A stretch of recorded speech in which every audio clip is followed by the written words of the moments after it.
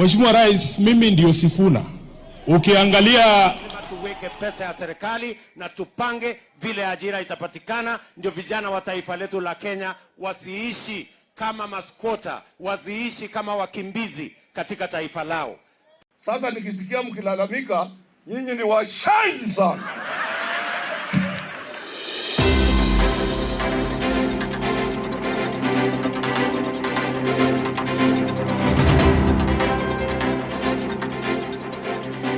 Ni saa 1 jioni majira ikiwa ni Afrika Mashariki, na leo ni Jumanne ya tarehe 10 mwezi wa 3 mwaka wa 2026. Popote ulipo msikilizaji, ujambo na karibu kwenye habari za Hightech FM masafa ya 76.5, na bila shaka hiki ni kitovu cha habari za kweli na za kuaminika. Mimi ni Samuel Mulinge. Kaunti ya Makueni imechanguliwa na serikali ya kitaifa kuongoza mpango wa kitaifa wa afya ya wanyama na ufungaji. Mpango huo unanuia kuimarisha afya ya mifugo kupitia kampeni kamili za chanjo na kukuza ufungaji bora. Mpango huo utatumika kama kielelezo kwa kaunti zingine, ukionyesha mbinu mwafaka za kuboresha afya ya mifugo na tija kupitia chanjo ya utaratibu na mbinu bora za kuzaliana. Na kwingineko, Rais William Ruto atia saini mswada kuu wa sheria, na mwandishi wetu wa habari Eunice Mutua anatupakulia uketo wa taarifa hiyo. Rais William Ruto hapo jana alitia saini kuashiria mswada wa miundo msingi ya kitaifa itakayotoa mwongozo wa kukusanya shilingi trilioni 5 zitakazofadhili miradi mikuu ya serikali nchini. Akizungumza baada ya kutia saini sheria hiyo siku ya Jumatatu, Rais Ruto amesema mradi wa kwanza utakaofadhiliwa kupitia kwa mpango huo ni kuboreshwa na ujenzi wa uwanja wa ndege wa JKIA. Today I am pleased to announce that the expansion of the Jomo Kenyatta International Airport will be the first major project financed through this new model of financing under the National Infrastructure Fund. Nikiripotia redio ya Hightech kutoka kaunti ya Nairobi, jina langu ni Eunice Mutua. Na kwingineko ni kuwa washukiwa 9 wa wizi wa simu wamekamatwa na maafisa wa polisi katika kaunti ya Nakuru, na mwandishi wetu wa habari Bwana Thomas Malinda anaeleza kwa kina. Maafisa wa polisi wa kaunti ya Nakuru wamewakamata washukiwa 9 wanaodaiwa kuhusika katika misururu ya wizi wa simu na pia uuzaji wa simu zilizoibwa. Kulingana na taarifa ya huduma ya taifa ya polisi, washukiwa hao walikamatwa baada ya operesheni ya kiusalama kutekelezwa katika maeneo ya Shoppers Paradise na Kaptembwa. Kwenye operesheni hiyo, maafisa hao walipata simu kadhaa za rununu zinazoaminika kuwa ni za wizi na vipakatalishi vinavyodaiwa kutumiwa kuharibu nambari za siri za rununu hizo. Wakati huo huo, maafisa hao walipata vipande 16 vya bangi kwenye operesheni hiyo, huku huduma hiyo ya polisi ikielezea kujitolea kwake kuwalinda wananchi dhidi ya uhalifu. Nikiripotia redio ya Hightech kutoka kaunti ya Nakuru, langu jina ni Thomas Malinda. Habari hizi zimeletwa kwako kwa hisani ya chuo cha kadri cha Hightech kilicho mjini Kitengela katika kaunti ya Kajiado, na ikumbukwe kuwa usajili wao unaendelea. Watu 14 na wengine 30 wamepata majeraha katika ajali ya barabarani Kitale kuelekea Webuye. Eric Kalua ametuandalia habari hiyo. Watu 14 wamethibitishwa kufariki, huku wengine 30 wakijeruhiwa baada ya roli kupoteza mwelekeo na kugongana na magari kadhaa ya kibinafsi na wahudumu wa bodaboda waliokuwa wameegesha pikipiki kando ya barabara katika eneo la Malaa Junction, barabara kuu ya Kitale kuelekea Webuye.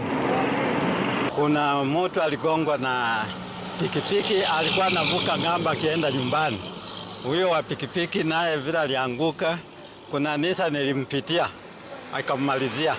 Alafu wakati tulikuwa watu wa kwao walikuja kwa wingi, walikuwa wanapiga nduru hapo akilia mtu wao, lakini trailer naye katoka huko ikalose control na ikamaliza watu, kagonga watu wote kwa mtaro. Nikiripotia redio ya Hightech kutoka maeneo ya Webuye, kaunti ya Trans Nzoia, langu jina ni Eric Kalua. Mwandishi wetu wa habari Joshua Kingo ametuandalia habari kuhusu Hightech sokoni.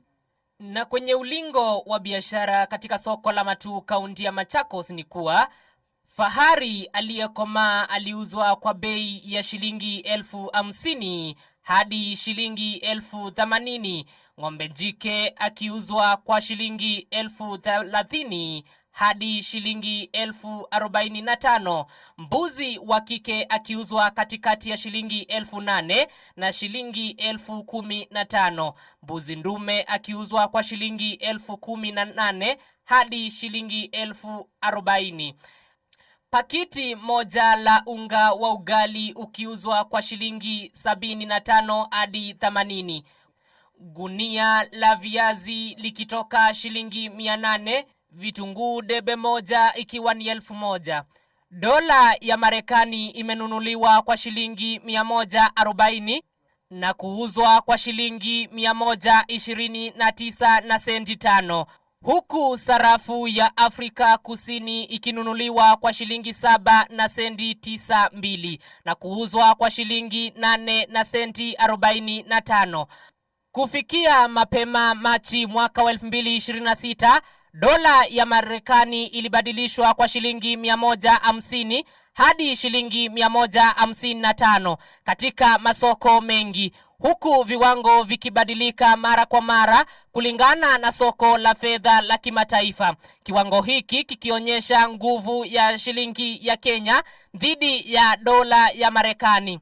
Hapo ndipo nafika mwisho wa High-Tech Sokoni, ukiwa nami mwanabiashara tajika Joshua Kingo. Na kwenye habari za michezo, mwanaspoti wetu Moses Nyamai ametuandalia habari kuhusu ligi ya mabingwa Ulaya.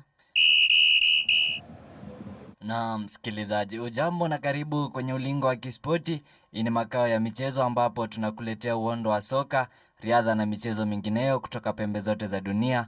Mimi ni beki wako mstaarabu Moses Mtuku. Mechi 4 zimeratibiwa kuchezwa katika raundi ya 16 ya mwisho katika ligi kuu ya mabingwa Ulaya Champions League usiku wa leo.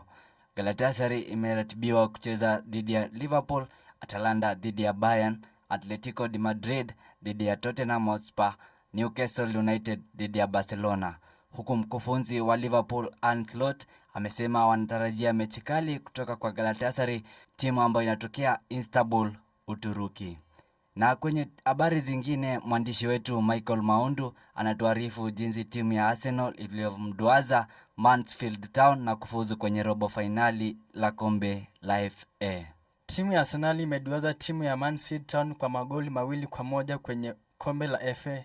Kijana Madueke akizalisha bao la timu ya Arsenal dakika ya 38, huku vijana wa timu ya Mansfield wakipata bao kupitia kijana wa Will Evans dakika ya 56. Licha ya timu ya Mansfield kupata bao moja, timu ya Arsenal waliweza kupata bao la pili kupitia kijana Eze kwenye kipindi cha pili dakika ya 71. Huku ratiba ya timu ambazo zitashiriki kwenye robo finali ya kombe la FA zikiwa timu ya Chelsea itakuwa inamenyana na vijana wa Port Vale, timu ya Man City kimenyana na vijana wa Liverpool, timu ya West Ham wakimenyana na vijana wa Leeds United, timu ya Southampton wakimenyana na timu ya Arsenal. Mechi hizi zimeratibiwa kuchezwa mwezi wa 4 tarehe 4 mwaka huu. Nikiripotia mawimbi ya redio ya High-Tech kutoka mji wa Manchester nchini Uingereza, jina langu ni Maundu Michael. Na kwa taarifa hizo ndipo kipenga cha mwisho kinapulizwa kuashiria tamati mwa spoti hii leo. Ila kumbuka, michezo sio kushinda, mbali ni nidhamu na bidii. Endelea kufanya mazoezi na kufuata ndoto zako. Mimi ni beki wako mstaarabu Nyamai Mtuku. Kwaheri kwa sasa.